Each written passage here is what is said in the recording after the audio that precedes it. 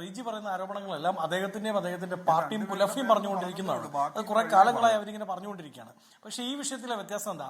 ഈ വിഷയത്തിൽ നിങ്ങളുടെ കൂട്ടത്തിൽ ഒരാളാണ്, അല്ലെങ്കിൽ നിങ്ങളുടെ കൂട്ടത്തിൽപ്പെട്ട 1 or 2 പേരാണ് വെളിയിലിറങ്ങി വന്നിട്ട് പറയുന്നത് നമ്മുടെ കൂട്ടത്തിൽപ്പെട്ട ഒരുത്തിന്റെ രക്തത്തിന്റെ പണം അത് നേതൃത്വം അടിച്ചു മാറ്റി പുട്ടടിച്ചു എന്ന് പറയുന്നത്.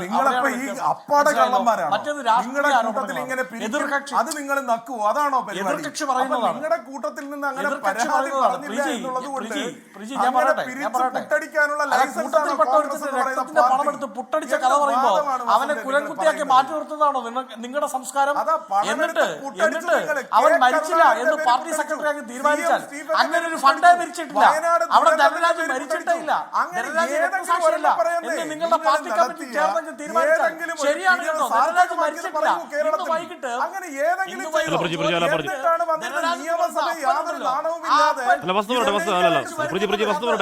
മക്കൾ കാത്തിരുന്നോണം എന്ന് നിങ്ങളുടെ പാർട്ടി കമ്മിറ്റി പറഞ്ഞാൽ അത് വിശ്വസിക്കണമെന്ന് പറഞ്ഞാൽ സൗകര്യപ്പെടുത്തില്ല പ്രീതി. എന്താ ഇവരുടെ നിലപാട്? ഇവർ പറയുന്നത് ധനരാജ്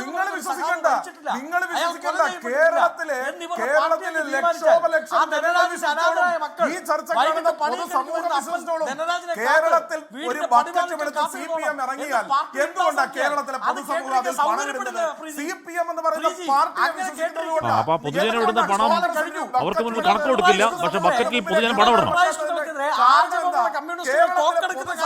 അല്ല പ്രിജി, ബക്കറ്റുമായി വരുമ്പോൾ പൊതുജനം പണം ഇടണം, പക്ഷെ അതിന്റെ വരവ് ചെലവ് പൊതുജനത്തിന് മുന്നിൽ വെക്കാൻ അങ്ങയുടെ പാർട്ടി ഭരണഘടന ആർട്ടിക്കിൾ 15, 16, 16.2 അനുവദിക്കുന്നില്ല.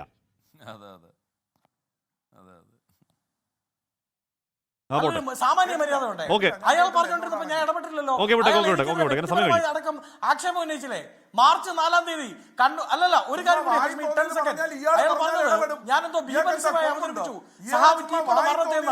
അങ്ങനെ ബീഭത്സമാക്കിയത് നിങ്ങളാണ്. കേരളത്തിന്റെ ചരിത്രത്തിൽ ഇവിടെ പയ്യന്നൂരെ രക്തസാക്ഷി ഫണ്ട് മുക്കിയെന്ന ആരോപണം ഉന്നയിക്കുന്ന അവിടുത്തെ ഒരു ജില്ലാ കമ്മിറ്റി അംഗമാണ്. തിരുവനന്തപുരത്തെ രക്തസാക്ഷി ഫണ്ട് മുക്കിയെന്ന് ആരോപിക്കുന്നത് രക്തസാക്ഷിയുടെ സഹോദരൻ തന്നെയാണ്. കൃത്യമായി പാർട്ടി അണികൾക്ക് വിശദീകരണം നൽകണം, ഉടായിപ്പ് ന്യായങ്ങൾ പറയാതെ.